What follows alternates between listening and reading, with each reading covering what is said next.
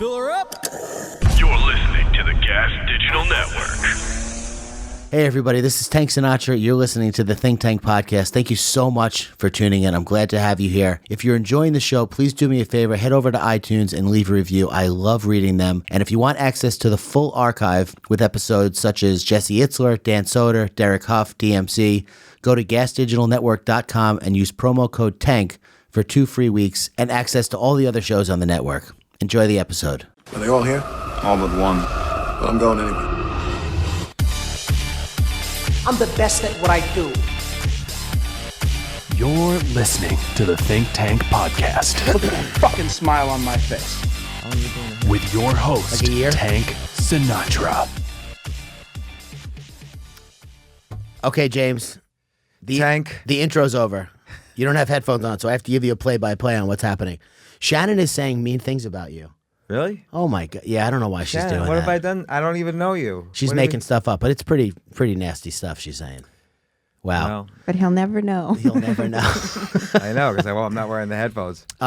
James Altucher, you're in the Think Tank. Thank you for having me here. I've been stop. wondering when you would ask me to come on the Think Tank. Stop it. It's like I've known you only a year, and you've had all my friends on the Think Tank except me. I was It's like you've been intimidated. avoiding me. No, dude, you're a big deal. You're a big get. That's why. I was dying for the invitation. I was like looking at my mailbox every day. Is he going to write me a letter? Like, is it going to be a printed, handwritten letter? That's not a bad idea. Yeah, you should do it that way. That's a Maybe good I idea. should do that. I have horrible handwriting, though. It's gotten worse. As it's become more reliant on thumbs, my handwriting's awful. I think handwriting is kind of like a skill of the past. Like nobody needs to learn handwriting anymore. Like No. when's actually the last time you've handwritten anything? Sometimes I'll journal, and when I journal, I like writing at the end of the day, or if I have a thought or whatever, and if I do it on a computer, I feel like Doogie Howser. You feel if you handwrite on the computer? No. Doogie Howser used to sit down at the end of every episode and like kind of sum up his thoughts on what happened during the episode. Did you ever watch Doogie Howser? No, but I could. So Captain Kirk used to do that in Star Trek also. Okay, so that was a Captain Kirk or a Doogie Howser thing, and when I write, I find myself by like the third or fourth line, or if I have to write out a card for Valentine's Day or something, 8-9 words into it, my handwriting is illegible. Just gets bad really quick. Yeah.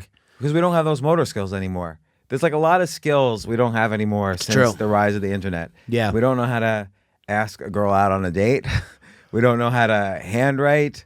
We don't know how to. I barely know how to talk on the phone. When was last? I very rarely have a conversation on the phone anymore. Like the phone is the phone app is probably the one app on my phone I never use. Yeah, Just play backgammon on my phone and like surf the internet. you love the internet. Love the internet. The internet loves you too. It does. But, you know, I kind of got my start just in career. Like I'm old enough that in 1994, 1995, I was making websites. This is what we were talking right before the podcast about rap battles. I was making the websites for every rap label. So Loud Records, Bad Boy Records, Death Row, all the Interscope stuff, Jive Records. You were making the websites? Yeah. That Do you was know my... do you know Brandon Ralph? Did we talk about this? No, I don't know. I don't know Brandon Ralph. Code in Theory? No. Okay. I figured that he was I remember back in like 1999 or 2000, he was doing websites for he did Trillville. So I did The Source, I did Loud, I did Bad Boy. Yeah. I did all the Interscope stuff, including Death Row, and then random sites here and there. You look exactly like the kind of guy that would be making websites for Death Row. Yeah, there you go. Well, it's funny. I would have dinner with some of those guys, and they were just huge, enormous guys. And, Suge Knight? Did you ever meet him? No, he was in jail at the time. Oh. But he was about to get out, and everyone was saying, You guys- Snoop better go on the run because Suge's angry. And There was beef with Suge and Snoop? yeah. Oh, I didn't know that. Yeah, because after Suge went to jail, Snoop quite correctly did his own thing. Yeah. Like, Snoop had a full career out of him. Dog pound. And and then these guys were like, "Oh man, we want to hang out more. When we come to New York City, where's your office? Want to hang out there?" And I'm like, "Oh, we're moving offices now. I don't think so." So, I'm going to work remotely, I think.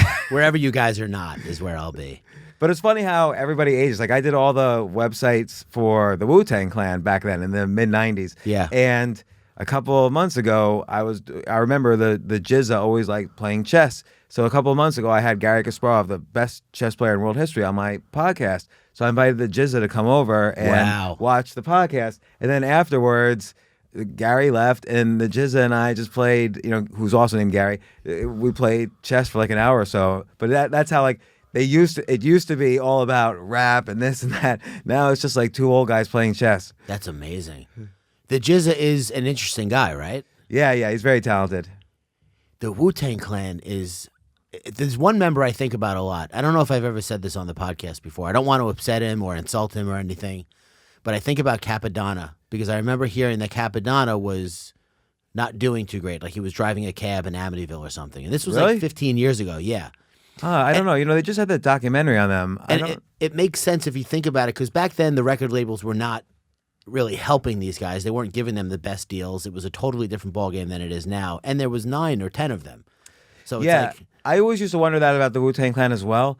But Steve Rifkin at Loud Records, he's the guy who kind of like really scooped them up to distribute them. The RZA made a deal with Steve Rifkin.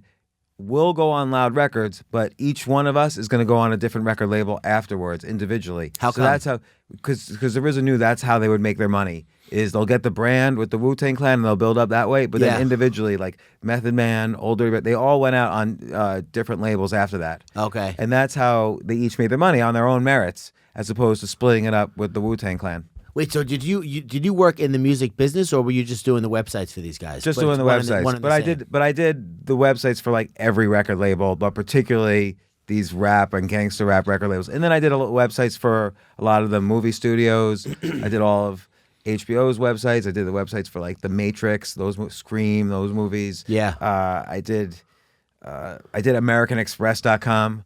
So I did Miramax.com. Is that how you made the money to start? That was my first business that made the money, and I sold that at the peak. I was super smart. Every decision, I cashed out because I figured this is a bubble. Yeah. And then I immediately lost every dime of it. Made millions, bought a super big house, an apartment in Tribeca, and then I don't know. I was like literally a drunken rock star on steroids. Like I just shat the money out. No, but it was like as if I was taking steroids and having no sense of money. It's as if my money had steroids and then it deflated. So, can you walk me? Because that's a big fear of mine. Is obviously you figure, but what was going through your mind? Like I did it once, I can do it again. Because that's not most people would not handle that gracefully. Did you or did you? No, not? I did not. You did not. Okay, so let's. There's no way to handle it gracefully, particularly the first time. Because think about it, I was building websites. And I had this little company building websites for other people. So I was making good money. Yeah. But then the internet was in this crazy boom. Like everyone thought, oh my God, you're doing something with the internet? Here's $30 million. Like they just nobody understood money then. Yeah. And so I cashed out at this enormous amount for basically doing websites for the Wu-Tang Clan. That was my business. And other people wanted it. And I cashed out personally, like cash. It was cash in the bank, a little over $50,100,000. And then 50 or 15? 1.5. 1.5. I wish it was 50. Maybe I would have held on to 35 because I lost 15. Yeah.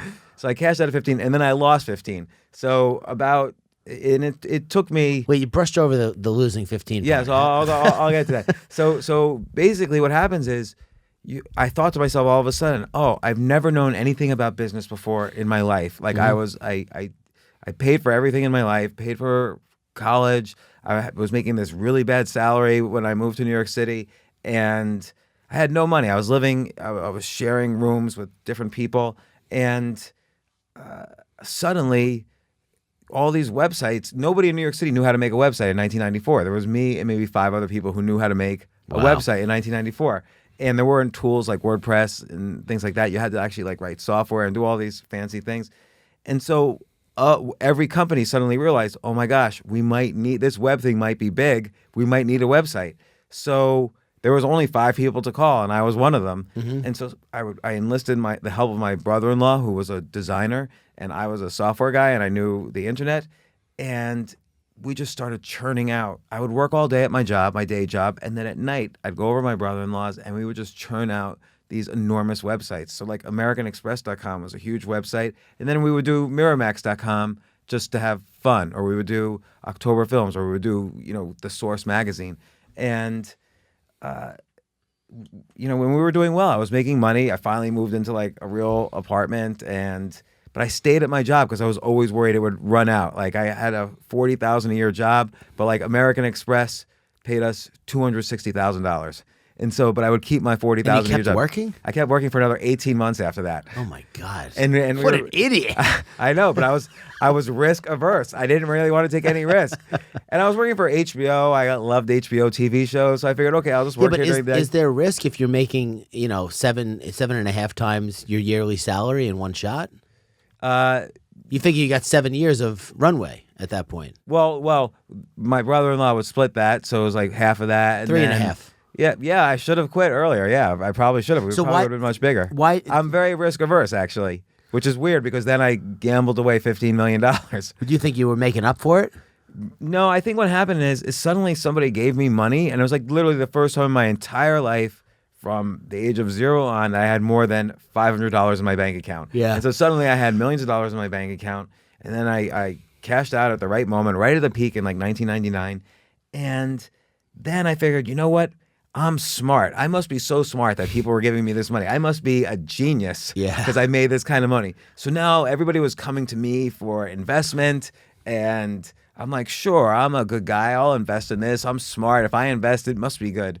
And so I would just invest in all these things. Had that reverse confidence. Yeah, and then I invested in even though I knew this is a bubble and I cashed out, I figured, well, the internet's here forever, so even if I invest money and it goes down a little bit, it'll still go up eventually. So I put everything in like internet stocks, and then I borrowed money, and so even though I had $15 million cash, I probably had 20 to 25 million in internet stocks. So when it went down on leverage, or I borrowed, I was losing catastrophically, and then it just went from bad to worse. It never got better. Like, people always say that, if things cycle, sometimes bad, sometimes good. That is totally wrong. Sometimes it can get bad, and then it could get worse. Yep. And then it could even get much, much worse. Like, it got so bad. So the bottom point in this was I had this apartment, and my mortgage was enormous. And I had always had roommates. When I moved to New York City, I used to play chess in Washington Square Park. So I knew all the hustlers. Like, I was one of them. And I basically moved in with them. They were all essentially homeless, and we all lived in this one-room apartment, like on a bunch of futons, and we would play chess all night and then disperse in the morning to, they would go where their crack was, and I was going to work. And then suddenly I had all this money, bought an apartment, had a mortgage, had responsibilities, had a wife and a kid, and then another kid. And then I look at my bank account one day, and I had the same account, the exact same checking account that once had $15 million cash in it, had $143 in it. And my mortgage was, as you can imagine, much more than that. And I was just stupid. So then and it was just nothing more than stupidity. I was like just unbelievably like crazy. And I was so depressed and scared, and I had 2 kids. One was 0 years old, one was 3 years old. And I figured they're never going to remember me. Their mom's still kind of cute, whatever. And I had this life insurance policy that I had taken out when I had a lot of money. I figured they're not going to remember me. I'll try to kill myself, and they'll get the life insurance policy. But I wanted to kill myself without hurting myself, which turns out to be very difficult. Like, I researched this. There's really no safe way, and I'm not don't kill yourself, don't do it. But there's really no way to do it without I mean, it's literally the antithesis of safe is killing yourself. Right. And but you would think that maybe there's people would say, I would ask questions like, oh, how would you do it? And people would say, oh, I'll shoot myself in the head. And they'll, shoot at their temple. But, I literally knew people who tried to kill themselves that way. And what ended up happening was the bullet went through their head, shot out their eye and their ear, and they were still alive, but paralyzed without an eye and an ear. So if you think you had problems before, you have more problems now. So there's no way to do it without taking some degree of risk and that you're going to fail. And I didn't want to do it for good reason, for many reasons, really. And then I called up my parents and I said, look, I've never borrowed money from you in my life. I had paid off all of their loans and bills and houses and whatever, and I paid for my own education, everything. So I just wanted to borrow $1,000, and then I said I'll borrow it for a week and then I'll drop it back off. And they said no. And I don't really know why, but I think they kind of felt like maybe this was a lesson for me. Yeah. And so I hung up on them, and they tried calling back. I didn't pick up, and I was just scared to death. I was just crying and scared to death all the time. I was so miserable. Were you so working upset. at this point or no? No, I wasn't working because it was the kind of internet crash. It was after 9/11. There was no, nothing. There was no opportunities for me at all. Yeah. So I couldn't get a job, and I couldn't. I had lost all my software skills by this point. It had been years, and I couldn't. It wasn't like you could start a company then, as the internet crashed. Everybody thought at that point the internet was just a fad. It was going to go away. Yeah. So I had nothing going on. I had zero. And so ultimately I started investing again, and it was crazy because I wrote some software. Here's what happened is I wrote some software to model the stock market since every piece of data on the stock market since 1946. And I basically borrowed money. I had other people invest with me, and everyone was like, well, you just lost all your money investing. And I said, it's not me. I wrote this software, which is true. I wrote software that would give me signals about which stocks were buys at which points. And it worked. So I started making money for other people, and then more and more people invested with me. And suddenly I had a totally brand new career as like what's called a hedge fund manager. I was investing other people's money in the stock market using this software that I'd written. And then I'd always been a writer, so I started writing for the Financial Times. Did you start investing your money or no? Once I started to build up again, Yeah. then I was fully investing my money again. Yeah. But now I was doing it not with my brain, but with the computer's brain. Yeah. So I basically wrote like AI to model the stock market, and it would tell me, okay, this morning at 9:35, buy Microsoft and hold it for 10 minutes. It told me all sorts of.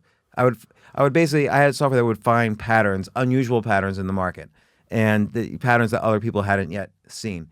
And so I started doing this, and then at the same time, I started writing for the Financial Times, the Wall Street Journal. I started appearing on CNBC. I wrote a bunch of books about finance. So I had two careers in parallel: one investing other people's money, where I would take a percentage of the gains, and another where I was writing books about investing. And this is after I lost $15 million investing. So, but because I had took this new software approach and I kind of massively studied, like, why did I go so wrong? I managed to bounce back. But it took a long time. And then I built another company that was like a social network for finance, for people interested in finance. Mm-hmm. I was getting 1 million users a month. I had no employees. I was making I was making a ton of money on ads every month. Again, with no employees, so it was all going to me. And then I sold that business to a company, and then I proceeded to lose all of that money. I sold that business for millions, and I proceeded to lose. James, come on. I went totally to zero. I lost 2 houses this time, and lost my family, and had to bounce back again. This happened to me 4 times. Wow, you love bouncing back, huh? I don't. It's the worst thing in the world. And so I am actually always terrified now of that I could go out of control and just lose everything. Yeah. But I did manage to bounce back every time. But it took a long time. And it took about 12 years before I stopped being depressed. Oh my God. And there are multiple bounce backs in between there? Yeah, 4. In that 12 years? Yeah. And what do you think changed? Did you just finally say, you know what, enough of this? Like, do you think that some part of you not sabotaged it, but loved the excitement and the chaos and created that storm? Or is that... I don't know, because if there was some part of me that loved it, it really kept itself hidden. I don't know. Because I was miserable. I was not happy for a really long time. It was just like once I had that like taste of money, I felt like I desperately and I thought I had just won the lottery, so I was never going to make it back. Yeah. And so I was just constantly hungry for it, and it was just such a miserable way to live life. Like money, it's a cliche to say money is not the answer to everything or anything, but it's so true. Like there's so many other ways I could have just pursued happiness, even pursued doing things I loved, and maybe I would have made more money, but instead I just was single-mindedly searching for money, and that's just the hardest way to make it. When your only interest is the money, Yeah. and you have no other passion, like all the passions were stripped from me. I used to be really interested in things, back before I was making money. I loved many things in life. And then for 12 years, I was just obsessed with making back this money. And I think what switched for me was taking a really big step back and asking myself, what was going right? What was going wrong every time I lost the money? And what was going right every time that I made the money? And it'll sound like a cliche, but it was just a matter of every day making sure I wasn't involved with like emotionally toxic people, every day trying to be as healthy as possible in terms of like, am I eating well, sleeping well, moving well?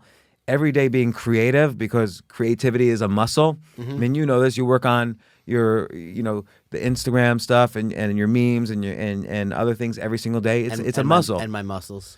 And your muscles. You keep physically clean. I know you keep emotionally well, and creativity is a muscle. You get better over time. So I would start writing down 10 ideas a day in a waiter's pad every single day.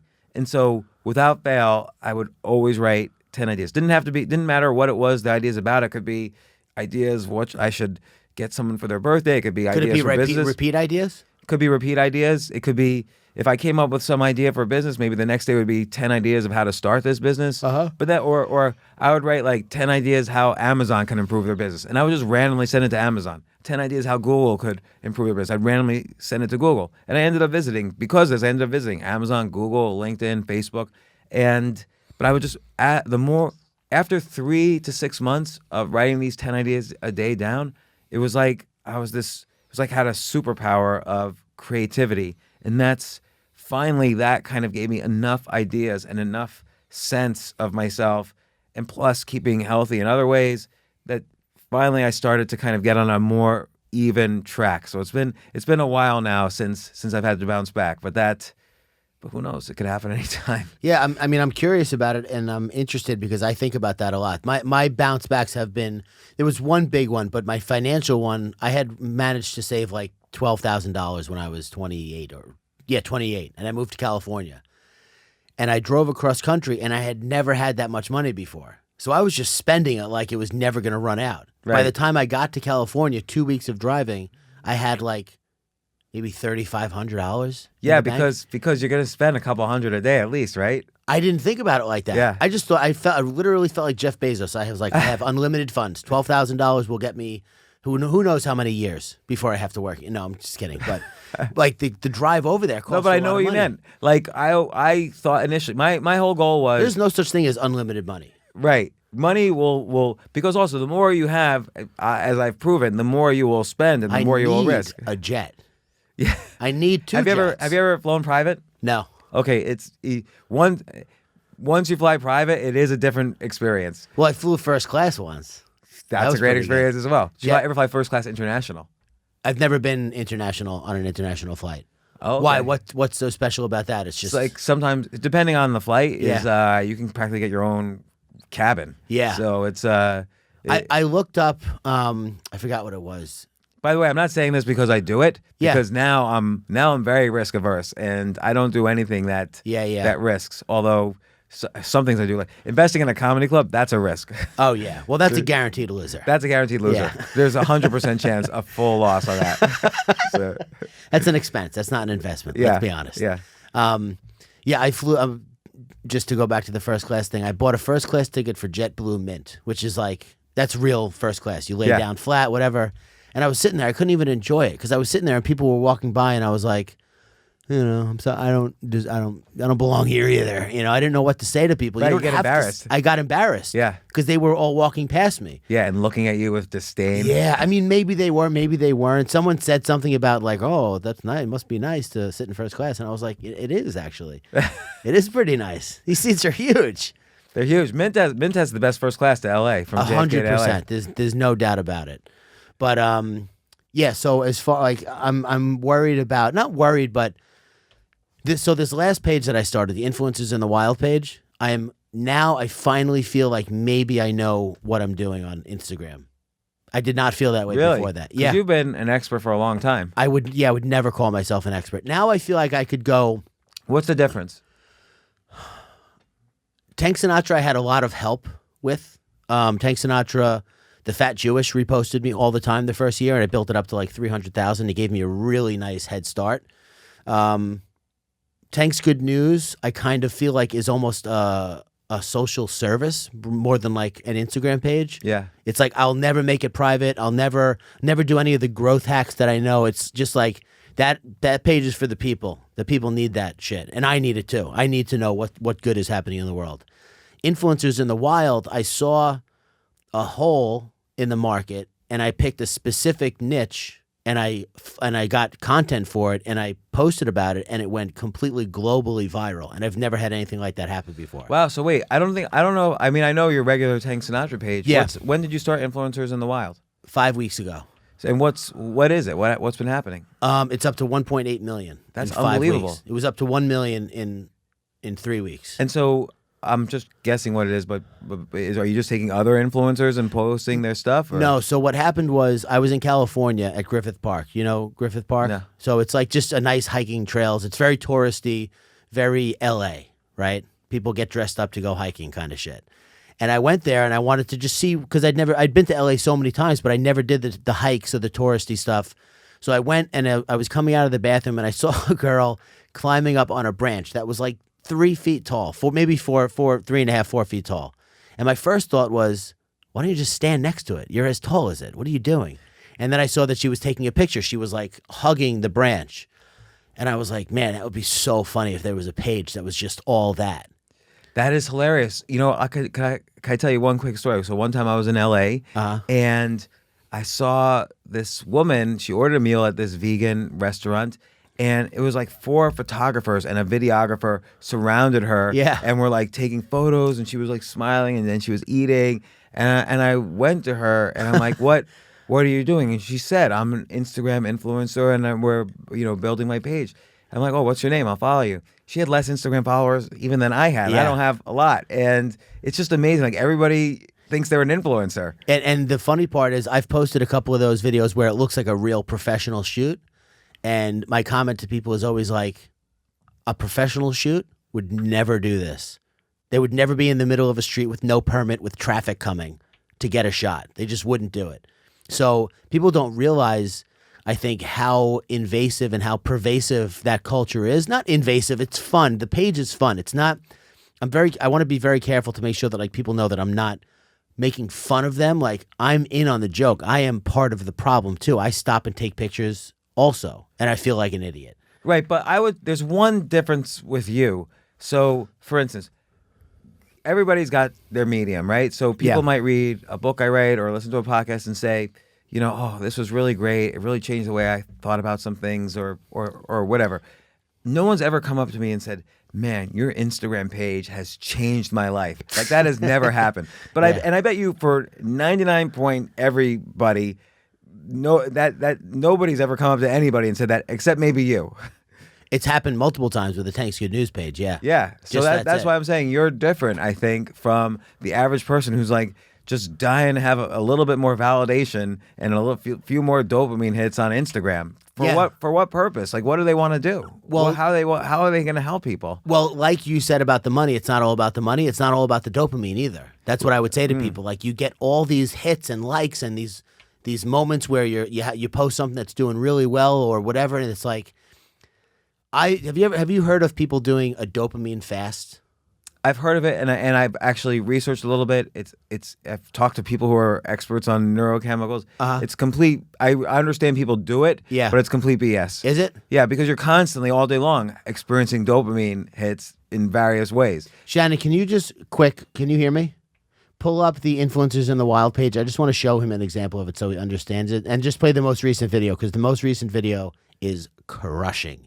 It has like 1 million views in 4 hours. That's unbelievable. Maybe it has less. I don't know. But it's literally the perfect influencer video. And I'll explain why. Actually, you know what? Yeah. So this is Darren Rouse. That's a big blogger from like 12 years ago. Is he? Yeah. That's funny. So press play on the video, Shannon. Front. Yeah, there we go. Yes. Oh, very beautiful, man. Yes. Oh my God. No, like front. So just to describe, you should go. What's the page? What's the name of the page? Influencers in the Wild. Yeah. Just see that last one. It's really funny. But was that? Did you see her doing that, or did you find that on Instagram somewhere? No, so that's the other thing. Like, this has introduced me to a whole new world of content and licensing and all that stuff. That's, it was. I've said it to however many times I've said it. It's the only analogy that makes any sense. It would be like telling somebody, "Hey, I'm a little thirsty," and they just open up a fire hose and they blast you in the face.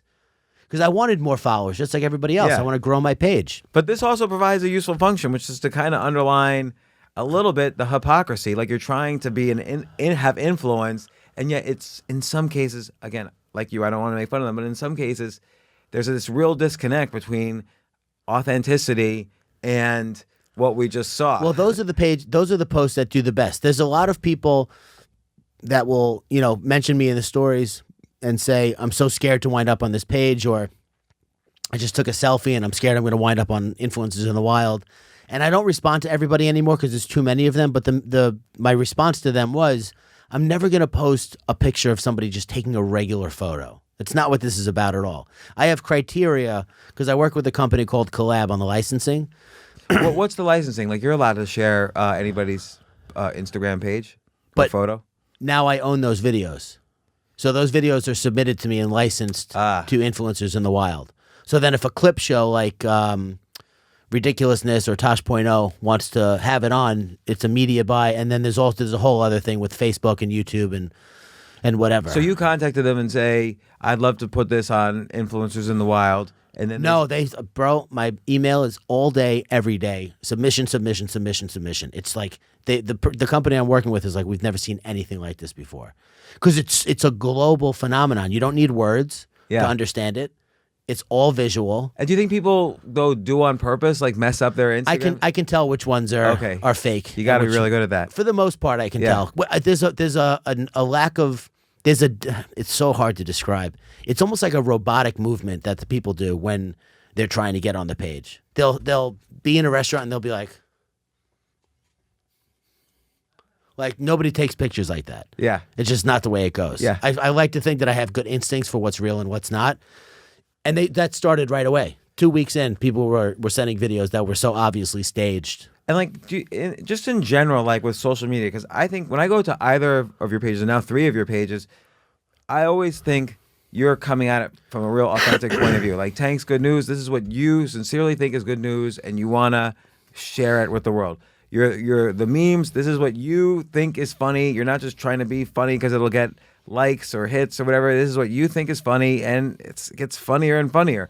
And then, and I think that's true for any social media, like Facebook, Twitter, LinkedIn, podcasting, books, writing. If someone's authentic, you could tell. And if someone's not authentic and they're just doing it for some money or some other purpose, then you can tell that as well. And I think you're going to fail if it's not authentic, because the world needs authenticity. It doesn't need another influencer. It doesn't need another person saying, "Be grateful every day," or, so annoying. Yeah. All this, like, Enjoy every moment. Yeah. Like, what does that even mean? Like, no one's going to enjoy every moment. People like, said that to me when I had kids, and I'd just be like, okay, thanks for the blanket useless advice. Right. Enjoy one moment out of every 6 months. That's the best you're going to have with kids. That's great. Yeah, that would be really great. good. That would be awesome. Instead of enjoy every moment, how about enjoy any moment? Right. Like anyone you can get. Or just hold your breath until they're 30 and hope they don't die between now and then. That's it. Or you, yeah. Yeah, or me. Yeah. But I did get some pushback, especially because of the Tank's Good News page. People were like, how could you have a page dedicated to good news and then have a page making fun of people? And my answer to some of the people, again, I didn't respond to everybody, was just like, I'm everything. I'm nothing, and I'm everything. I'm not just Tank's Good News. I'm not just Tank Sinatra, and I'm not just Influencers in the Wild. I love people and I love the world, and this is what I see, and this is what I want to document. Well, and first off, if anyone's saying that, and it's a cliche to say this, but if anyone's saying that, they're obviously jealous. They're trying to have status or control over you when you have achieved so much in this arena that they would probably like to achieve in. Second, again, it's about your authenticity. Can you? What they're trying to achieve their own version of status, right? Yeah, they're on Instagram by trying to dog me. Right, they want status over you, but fans always want status over the people that they're fans of. Wow. Because otherwise you're almost too good to be true for them. So they need to have some status, or particularly if they're insecure or jealous or whatever.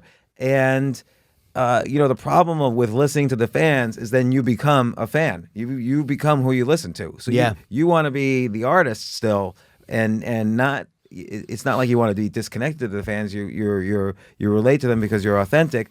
But again, if you listen to them, the quality goes down. Because, for instance, let's say you have a certain kind of meme and you realize, oh my gosh, everyone loves this kind of meme, so I'm always going to stick to it. So again, you're listening too much to the audience. Probably the memes will decline in value. I've seen that happen on other pages. Yeah, I've seen meme pages go from borderline good meme pages to absolute total 100% dog pictures. Yeah, because that'll get the most likes, so they'll think, oh God, I gotta appease my fans. But Or again, they're gonna unfollow. Right, you can't if you listen too much to the audience, suddenly you're gonna be sitting in the audience, and that's always the rule. Like I always think it's an interesting rule. Like whenever you post anything, and for you it would be Instagram, for me it's other media, but I always want to be afraid if I post this, I want to be a little bit afraid what people will think of me. Because then I know I'm saying something new and interesting and original. Yeah. And even whether it's funny or whether it's sad or tragic or a story or I'm being vulnerable, I'm admitting something, I always want to be a little bit, at some point, right before I hit publish, gosh, am I sure I want to do this? This is a little scary. So that's your barometer. That's my barometer. For whether or not something's good. You're scared. Because I have to because that guarantees me that nobody else has written this. Like if I want to write, oh, here's how you live a better life. Be grateful every day.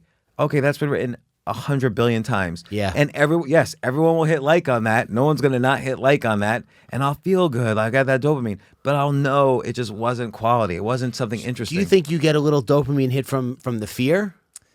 Because that's interesting to me. That's because I'll tell you a story after you tell me, but I have a similar measure that I use. I might have. What I know is after I publish something like that, where I'm really, I put my heart into it, and I know it's a good, true story for me or post for me. If I'm feeling that fear, I know that when I send it off into the universe or into the ether, or whatever, that it was good. Yeah. So regardless of whether it gets engagement or not. So I know this was unique. It was good. If people don't like it, that's their problem. This is my party. They're just invited, and I'm feeling comfortable. If I'm not feeling that, then I feel like, ugh, this just didn't feel good. It's not exciting. Yeah, I wrote a list of 10 things to do when you want to be happy in the morning. Like, it's just stupid. Because I have a similar measure that I use that I only discovered like maybe a year ago, maybe a little less. I'm a worry type of person. Like I just think about the worst possible thing that could happen, and I harp on that sometimes. Much less now than I used to in the past. I felt like I had no control over it in the past, but I was a worrier. And if you read Dale Carnegie's book, How to Stop Worrying and Start Living? Yeah, I read that as soon as I was worrying all the time and not living. So, oh, this title's perfect for me. So in there's a quote. I forgot exactly who it was from, but it was basically somebody said, my life has been filled with unfortunate events and circumstances, 99% of which never came to pass. Yeah. Something like that. Yeah. And I thought about that all the time. And then one day, about a year ago, I was sitting there worrying about something, and it was outlandish what I was worrying about happening. It was just like the most ridiculous thing. I expressed it to my wife, and she's like, you gotta like, that's nuts. The fact that you think that that's going to happen. But I was raised with fear. Yeah. So as a naturally fearful person, I look for things to be fearful of. And guess what happens when you look for things to be fearful of? You find them. You get more scared. Yeah, it just increases the fear. It's like the what is it called? The Honda Civic bias, where once you buy a Honda Civic, suddenly they're everywhere. Yeah, I didn't realize so many people had Honda Civics. You just start noticing them all over the place. But it's true. If you're looking for the negativity or the bad or the fearful, you're going to find it, which is why I don't read the news anymore. 100%. So I was sitting there worrying, and all of a sudden it occurred to me that if most of the stuff that I worry about, if all of the stuff that I worry about never happens, then worrying should be a cue to not worry anymore.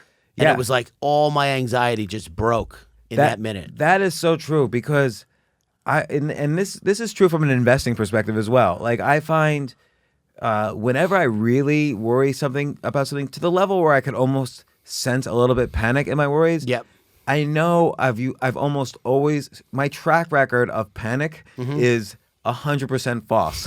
So it's not like it's not like the only time I ever make rational decisions is when I'm panicking. It's usually the opposite. Yes. So if I now I'm able to tell myself when I'm panicking or getting close to that, like when I sense it in my worries a little bit, probably I'm wrong and I should not act on that panic. Yeah, no, it's just a surefire way to know that you're living in an irrational state and whatever. Because like I said, I used to sit and worry.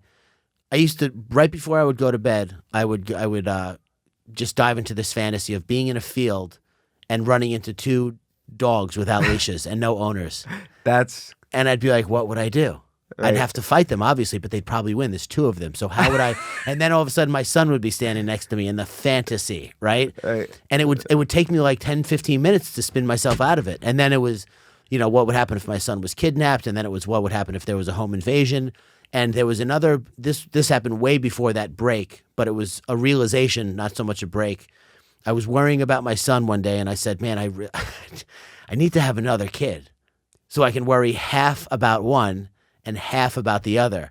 And then my next thought was, oh my God, or I could worry twice as much, 100% for each. Right. And then my next thought was, I'm just going to worry half as much about the one that I have now and then try and enjoy it. Because worry really kept me from experiencing a lot in my life. And by the way, it's reasonable to have some worry in life, to have some. You don't want to be so optimistic that you're irrational. Like I've seen people like that as well, where they just their glasses are too rosy and they don't take into you have to kind of. I'm in no danger of that. I mean, me too. I have like PTSD about money now. Like I'm so risk averse that I can get crazy about irrational. Financial decisions. But you have enough money to live, right? Yeah, but when you have enough money to live, you think, okay, well now I could do things like buy a comedy club and other stupid things like that. So I have a number in my head that I want to get to that the interest alone will be enough for me to live a nice life. I don't really need or want world domination at all. Yeah. So what's your number? 20 million. 20 million. Yeah, that will definitely do it. But I'm actually going to tell you it's much less. So, because knowing what your lifestyle probably is, like my guess is you probably live, you would probably live pretty well in your house with your family. I'd like to get a new house. Yeah. Okay. So how many rooms are in your house right now? How many bedrooms? We're gonna back into your real number. Okay. I would like a house with 5 bedrooms. 5 bedrooms. Okay. In Long Island. Yeah. So what does that go for? Like $1.5 million or something? It could be like $1 million. Yeah, $1 million, 1.5 would be absolute max. And I actually am not interested in anything bigger than that because I don't want it to be too big either. I don't want to have to scream for my wife or kids. So what's the rent on something like that? Because it's similar to a mortgage. What's the rent on something like that right now? I don't even know if the house like that is available for rent. I'm sure it is, but there's no. What would the mortgage be? The mortgage would probably be maybe around $6,000-$7,000 a month. Okay, so you would need like. Let's say it's the equivalent. Let's say it's 10. Let's say it's 10,000. Yeah. So you would need roughly like $400,000 a year salary. Yeah. To have exactly what you want. Because I assume you're gonna go on vacations. You're gonna send your kids to schools. You're gonna not want to worry. Yeah. So you would need $400,000 after everything. Yeah. So the usual rule of thumb is, and that's for your best life. That's you want to live that life. You don't want to travel around constantly from Tokyo to LA and buy sports teams and things like that. No. So the usual rule of thumb is just multiply by 20, and that's your number. So that's 8 million. So because it's 5% interest, and you make that. And by the way, wait, 5% interest on 8 million is 400,000. Yeah, but then there's tax on it, so it's down to 2. It depends on how you're making your 5% interest. You could do municipal bonds that pay decent interest rates, and there's no taxes. Depending on which kind of municipal bonds, you could either do for state or federal. That's why I came up with 20, because 5% on 20 is 1 million, and then half of that is 500,000. Figured a little wiggle room. Yeah, so you're being a little conservative. Yeah. You could also make more than 5%. You could also not retire, so you're still making money. Yeah. And also you can go down. You don't have to always stay at 20. You can go down to 0. You can die at 0. Yeah. So all of these things add up to be a number, whichever form you're using. Yeah. My guess is your number is still less than 10. So yeah, could be. And you can make more than 5%. You can make an income. You could do speaking gigs on how to be a social media influencer. You could be a consultant for companies. It takes hardly any time. And like I said, you could bring it down. You don't have to leave your kids anything. Well, let them work for it. We had to work for it. well, that was what I was going to say before about the influencers in the wild. Now I feel, because I had applied to speak at conferences and shit before, and as Tank Sinatra, Tank's Good News, they just weren't interested. Now it's like, if I pitch myself, I say, hey, I built a page from 0 to 1 million in 3 weeks. You're going to put me on the fucking stage. Yeah. You're stupid. That's and I would never say that, obviously, and I don't really feel like that, but that's kind of that's the turn that I took. I was like, no, man, I know what I'm doing. My confidence, I think we spoke about this when I was on your podcast, imposter syndrome, pretty bad. Yeah. But this page kind of like washed that away. I was like, all right, like I know how people think. I know social media. I know what's going to do well, and I know how people think when they're on social media. I didn't think it was going to go this well, but I knew influencers in the wild was a good idea. I actually pitched somebody on it, and then whatever. That's a whole other story. But I have an idea for you. Why don't you take like, you could do like a little YouTube show or even an IGTV show where you'll take random people and who have 0 Instagram presence. Maybe they have like 3 followers, whatever. And your challenge is if they follow your advice exactly, you're going to get them 1 million Instagram followers within 6 months. So that would be a fun show. I'd watch that.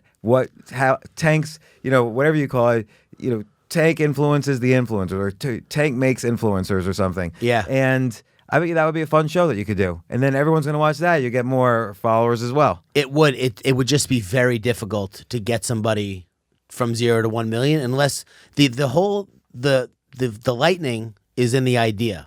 Yeah. And then the execution obviously comes after that. My friend Adam said something so interesting about creativity and work, and because the idea is like the orgasm, right? And then the work is like the sex. Right. But imagine if sex was reversed and you orgasm first and then you had to have sex. That's funny. It would be like, oh fuck, I don't. That's why so many are we people love done their yet? ideas. I don't even know if Yeah. I'm done. Yeah. I can't even tell. I guess That's this a great sucks. analogy. Oh, it's the best. I when he said it, I was like, oh my god, You were having an I orgasm. orgasmed. Yeah.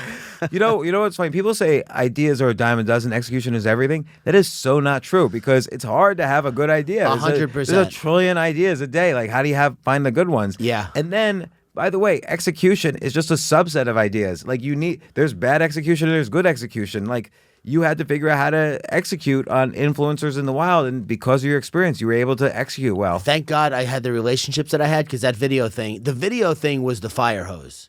The video thing, me wanting more followers was, hey, I'm a little thirsty. The video and the licensing and all that was the fire hose, because I was like, wait, I have to license this shit? I don't know how to do that. So I got a crash course from this guy who runs Subway Creatures and Kale Salad. They were both like, listen, we work with this company. They're great. They had me a landing page with a submission link up in like 24 hours. We had an agreement. It was very, no bullshit. It was just like, let's do this. Let's work together and figure it out as we go. And they've been great. They've been great to work with. And they've been, there's nothing like having, sometimes you link up with people and like you put faith in them and they kind of suck. Yeah. Even like in a way that doesn't really affect you. It's just like, oh man, I didn't know like when you get married and you're like, oh, I didn't know you brush your teeth like that. That's weird. Or you chew. Fuck.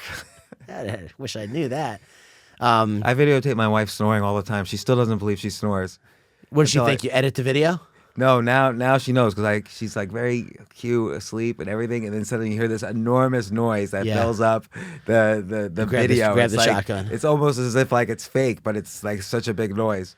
So Maybe she has sleep apnea, dude. maybe, but Get who that knows? checked out. You got to get. I have my wife snores too. I'm sorry, honey.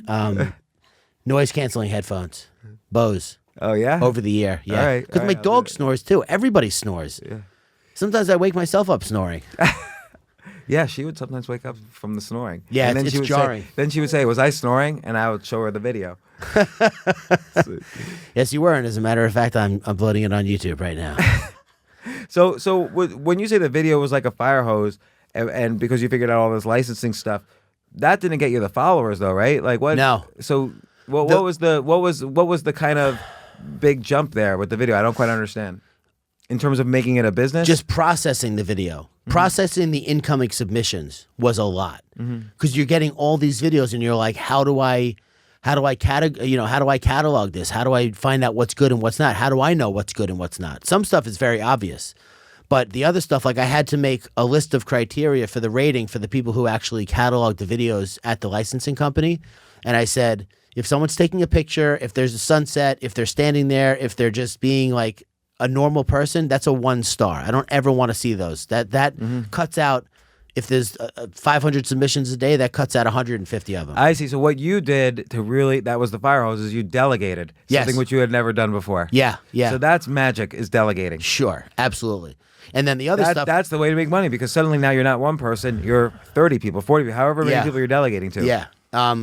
So that video that I just showed you is what I would consider to be maybe like one of the most perfect videos I've ever posted, because the girl's cute. She's showing leg. 2 guys walk by and say, "You're beautiful." Then she falls and her ass comes out, but she's not hurt, but she's making a scene, but she's not hurt. So like all those things, I said, if somebody's overdressed or underdressed for the situation they're in, that's a 5 star. If somebody's like on the beach in a tuxedo, I want to see that. I want to like at least have the right to deny that one.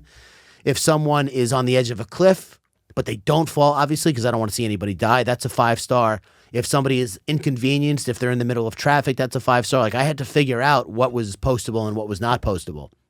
And then there's just like the common, I don't want to call him arrogant, but like the swaggy influencer walking, those always do well, because you're walking down the street. You have 7,000 followers. Why are you walking like that? Like you don't have to walk like that ever. Everyone, because there are people who there are companies, I don't know if it's a scammer, there are people come up to me and say, some company wants to pay me to have their product in a picture. And I'm like, really? How many followers do you have on Instagram? And she'll be like, 600. Yeah. And I'm like, I don't even understand. Are they a scam? Like, or what's, there seems to be this infrastructure of, everybody now thinks they're an influencer with just like a few hundred followers. Well, that's the whole point of the page, is that everyone is an influencer. Because the whole point of the page is that we all do it. The first line is all the world's a stage, just like a throwback to Shakespeare. Very, very poetic. And I'm so poetic, dude. But the other part of that is like, whether you like it or not, I always use the example of like my mom taking a picture of her dog.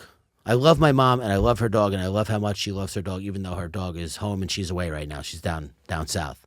But I guarantee you, when she takes a picture, if she's going to post it on Instagram, she goes, I hope this gets like, I don't know, 20 likes. Right. That would be so good. Yeah. Because she usually gets 10 or 11 or whatever it is. Everyone thinks about the numbers. Everyone from my mom up to David Spade, who asked me how did I grow my following so fast? And I was like, what do you care, dude? You're a fucking comedic Hollywood legend. Why do you care about followers?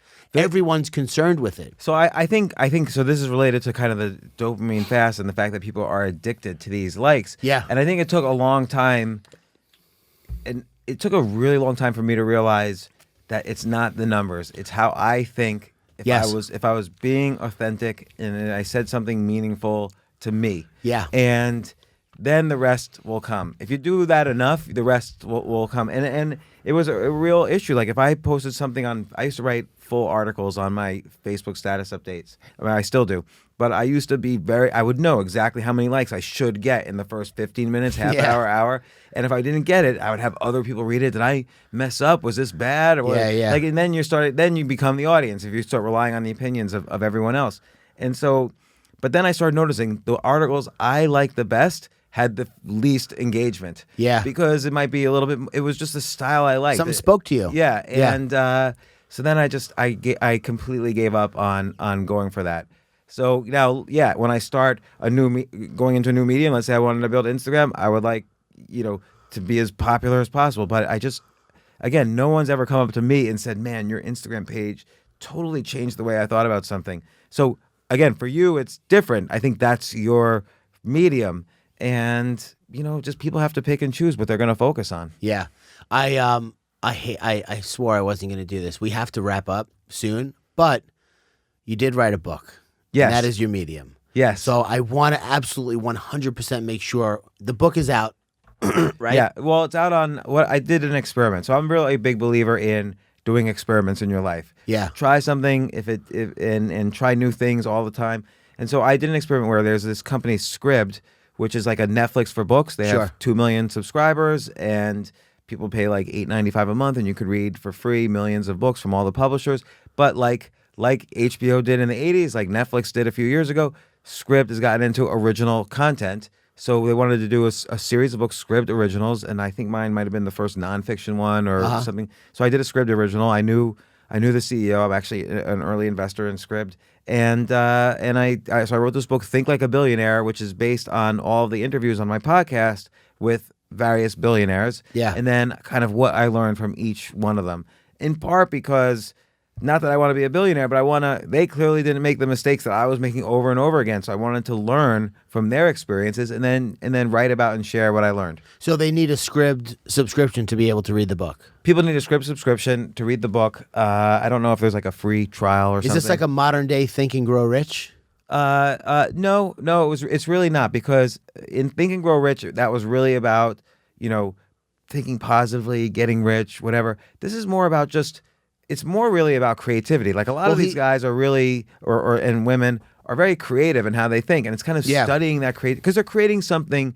You can't get $1 billion until you create well over $1 billion in value for other people. So why was there an opportunity to do that? You have to be super creative. Like, how did Richard Branson, as an example, when he was 27 years old and a music magazine publisher and, whatever, he didn't have any experience. He just called Boeing and borrowed an airplane from them and convinced Heathrow to give him a landing strip. Like, there was only British Airways. It was a monopoly. And England didn't have to let there be any other airlines. Somehow he convinced everybody to just give him an airline for nothing. And you could do it. He sort of shows, like, what was he thinking? It's almost like arrogant, and yet he pulled it off. Or Tyra Banks. She was this sort of almost retired supermodel, and she loved watching this one TV show, America's Got Talent. She said, what about the combination of the two? America's Next Top Model. And she pitched it everywhere. It was rejected everywhere. And then she said, screw it, I'm going to just do it. And she did it. It's the 31st season now. So, Wow. All these people overcame other people telling them you can't do it. All these people had to kind of use their creativity to figure out how to get something done after everyone said, you can't do this. Richard Branson, there's no way we're giving you a plane. And he's like, somehow he convinced them to. He's like, you are. Yeah, exactly. Actually. Well, he convinced them. He said, look, you have no competitive pricing in England. There's only one buyer. So let's scare them. Give me a plane. And now they're scared. And they were like, yeah, you're right. Here's a plane. Here's a 747. Go for it. And, Damon John was like, he was a waiter in Red Lobster sewing hats and selling them on his street corner. And Macy's placed a $100,000 order. He said yes. He couldn't make $100,000 worth of hats. So he mortgaged his mom's house. He said yes, knowing he couldn't do it. So he mortgaged his mom's house, hired a bunch of seamstresses, and in a weekend made $100,000 worth of hats, delivered it to Macy, got the money, and then paid back immediately his mom's mortgage. And, why did he say yes to when he knew he couldn't do it unless he took this enormous risk with his mom's house? So all these people had they were both risk averse and creative, but they persuasive. Sometimes you just know. Yeah. Also. And they knew they can do a ready, fire, aim instead of ready, aim, fire. Yeah. Like they just said yes, and then they knew they would be able to figure it out. Yeah. And they did it without taking too much risk. Like, I don't think Richard Branson put a single dollar of his money down. I don't think Damon John risked anything because he knew he had the order. He knew he can get the hats done. Yeah. It seems like he risked, but he didn't really. And that's what the book is based on, just stories from these people and how they affected the way that you see work and creativity. Yeah, exactly. And how it intersects with stories of mine where these techniques helped me. Yeah, that's interesting. I'm so glad I got you down here. I really do love you. I think you're like a really singular type of person. Oh, thank you. That's high praise. We didn't even get to fucking talk about comedy. God damn I know. it, Yeah, James. well, have me on again. We'll talk about comedy. I'm doing 8 shows within the next 5 days.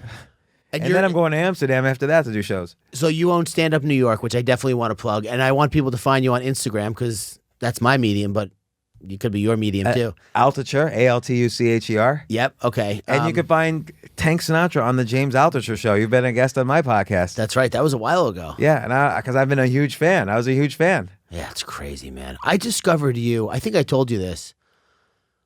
I don't even know how long ago it was. It was maybe 7, 8 years ago. Tim Ferriss. Oh, yeah. I read The 4 Hour Work Week. Yeah. Great book. It was a little over my head, but what I got out of that book was that I've been thinking about work and effort differently, my entire life. Not wrong, but it gave me a new way to look at effort and the way that people work and whatever. I thought you had to be at a desk to count, to matter. And you look, know? now with delegating, the looking at the videos and ranking them, you're starting to do the techniques in the 4 Hour Work Week. And I still batch. I batch as much as I possibly can. I say, all right, I'm going to spend the next 10 minutes on creating posts, posting, Facebook, Twitter, Instagram, TikTok, Reddit. I'm just going to, boom, get it all done and then breathe for a second. I still batch. I think batching's the one thing that I got out of that changed my life the most. So when he started his podcast, I don't remember when you were on, but it was a while ago. It was a long time ago.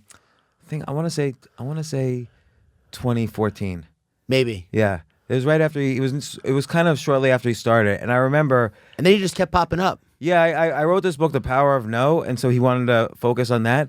But I remember I was in Thailand at the time, and it was like 115 degrees. Yeah. And so on the podcast, Tim is asking me, where are you? And I say, oh, I'm in Thailand. And he says, are you near the ocean? And I said, yeah, I'm looking at it right now. It's 5 feet away from this little kind of Airbnb I'm staying at. And he says, have you been out there?